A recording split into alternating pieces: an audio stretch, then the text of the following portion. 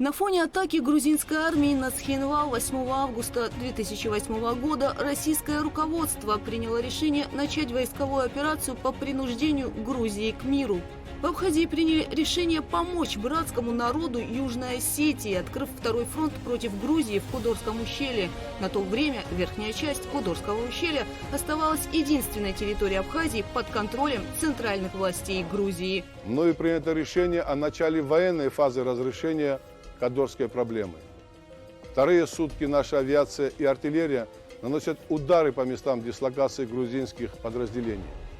В связи с военными провокациями, имевшими место накануне ночью в зоне безопасности, обстрелом абхазских постов с грузинской стороны, было принято решение о вводе подразделения абхазской армии в Гальский район в зону ответственности коллективных миротворческих сил. Наземная операция по освобождению Кадорского ущелья началась 11 августа 2008 года. В этот же день в районе ущелья с 10 до 14:00 был высажен вертолетный десант абхазских резервистов. Неожиданное наступление абхазских бойцов полностью деморализовало грузинские воинские части, находившиеся в Кудорском ущелье. И в результате молниеносной операции к 12 августа 2008 года Кудорское ущелье практически без сопротивления перешло под контроль абхазских вооруженных сил. Кудорское ущелье является частью Республики Абхазия, и мы предпримем все необходимые меры по распространению на этой территории юрисдикции Абхазии.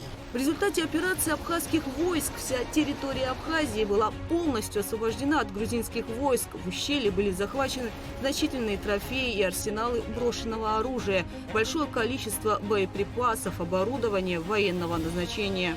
Даже после завершения пятидневной войны по-прежнему открытым оставался вопрос безопасности Абхазии и Южной Осетии. И ранее не раз народы двух независимых республик обращались к руководству Российской Федерации по обеспечению полной безопасности. В Абхазии и Южной Осетии находились миротворческие силы.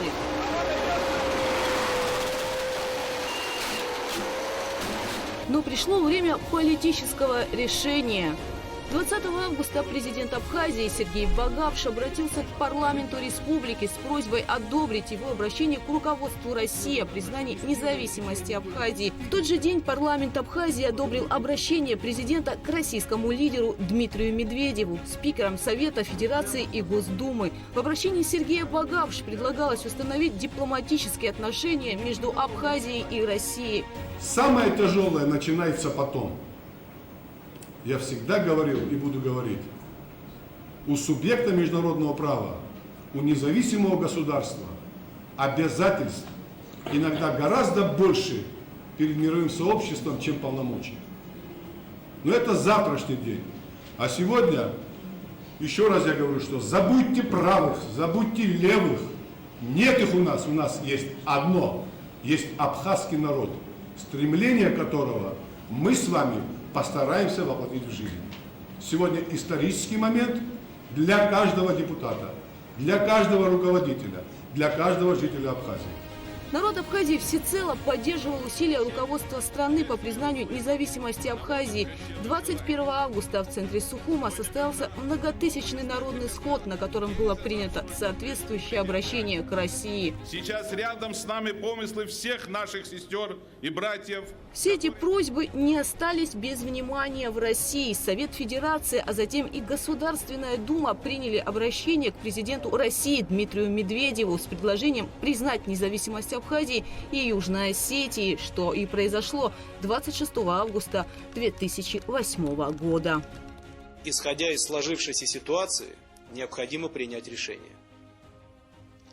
Учитывая свободное волеизъявление осетинского и абхазского народов, руководствуясь положениями Устава ООН, Декларацией 1970 года о принципах международного права, касающихся дружественных отношений между государствами, Хельсинским заключительным актом СБСЕ 1975 года, другими основополагающими международными документами, я подписал указы о признании Российской Федерации независимости Южной Осетии и независимости Абхазии. Россия призывает другие государства последовать ее примеру. Это нелегкий выбор, но это единственная возможность сохранить жизни людей.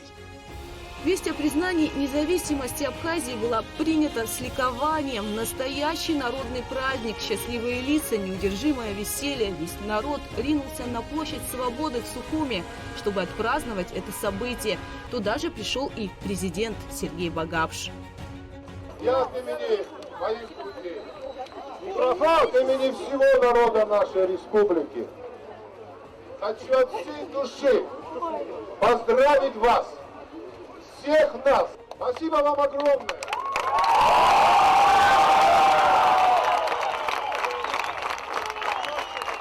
Я думаю, что этот прекрасный день признания нашей республики как независимого государства мы посвятим тем, кто не дожил до этой славной победы, кто умер, кто погиб. Я хочу сказать огромное спасибо матерям, поклониться им за то, что они воспитали детей, принесшие нам эту независимость.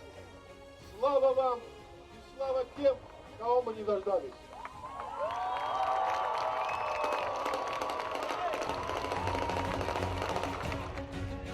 День 26 августа вошел в новейшую историю Абхазии и отмечается как День международного признания независимости Абхазии.